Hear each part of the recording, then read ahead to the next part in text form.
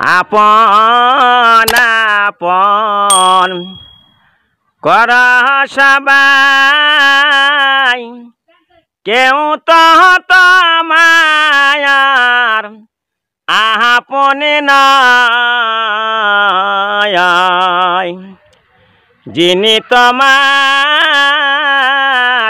হবে গয়াপন উনি সোনার মদিনায়।